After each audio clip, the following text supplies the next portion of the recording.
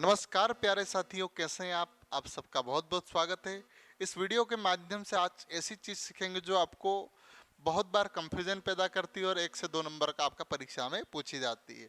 तो आज उसी पर केवल 2 मिनट के समय में हम ऐसा पढ़ेंगे कि आप जीवन भर नहीं भूलोगे। ठीक है, उसी कड़ी में आज हम लोग शुरू करेंगे डेल्टा और एस्चुरी क्या होता है।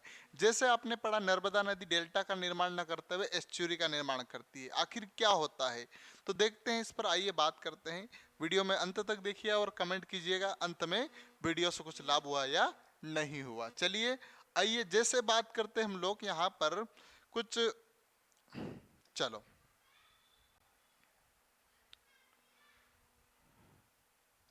चलिए आ जाइए। आप देखिए यहाँ पर इस प्रकार से कोई नदी बहती है और यहाँ पर समुद्र में, यहाँ पर समुद्र का आपका पानी है। आपको बड़ा आसान तरीके से समझाऊंगा। जैसे ये आपका दिख रहा है क्या है, समुद्र, और समुद्र मिलती है तो यहाँ पर क्या हो जाता है, ये आपकी एक नदी है, कोई सी भी नदी आ रही है। तो यहाँ पर प्रश्न आता है कि डेल्टा और एस्चुरी का निर्माण किस तरीके से होता है। इसको आसान तरीके से समझने का प्रयास करेंगे, आखिर डेल्टा और एस्चुरी में क्या डिफरेंट या क्या अंतर होता है। चलिए, तो साथियों इन्हीं वाणियों को साथ में शुरुआत करता हूँ। आपको डेल्टा और एस्चुरी का निर्माण किस प्रकार से होता है, और जो आपकी नर्मदा नदी है, मध्य प्रदेश की जीवन रेखा, जीवनदायिनी, जो भी आप नाम दे सकते हैं, नामोदास, अन्य सारे नामों से जानी जाती है। तो डेल्टा का निर्माण न करते हुए एस्चुरी का निर्माण किस तरीके से करती है, इसको सीखते हैं। चलिए आइए, जैसे आपने देखा यहाँ पर एक मैप,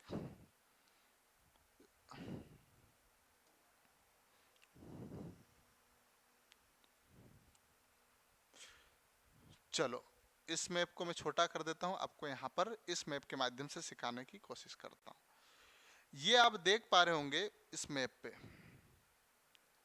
ये वाला मैप आपको दिख रहा होगा पूरा प्रॉपर। 2 चित्र दिख रहे हैं। आप यहाँ पर देखेंगे तो ये देखेंगे आप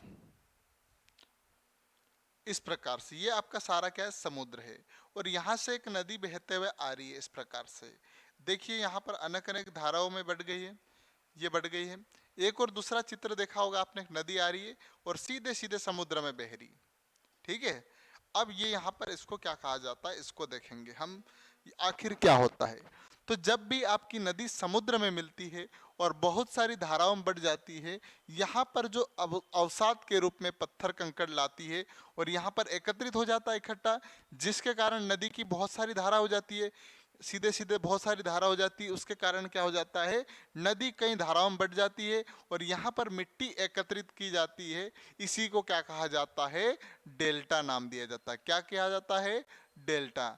यदि आप दूसरी नदी को देखते हैं, कुछ और नदियां भारत में ऐसी नदी है जो डेल्टा का निर्माण न करते हुए एस्चुरी का, तो देखिए आप यहाँ पर एक नदी ये बहती हुई आ रही, यहाँ पर आपको समुद्र दिख रहा है, और यहाँ पर देखो कहीं मिट्टी ला रही क्या, नहीं ला रही।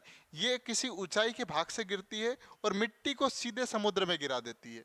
इस कारण क्या, सीधे सीधे समुद्र में गिरने के कारण क्या करती है, एस्चुरी का निर्माण करती है।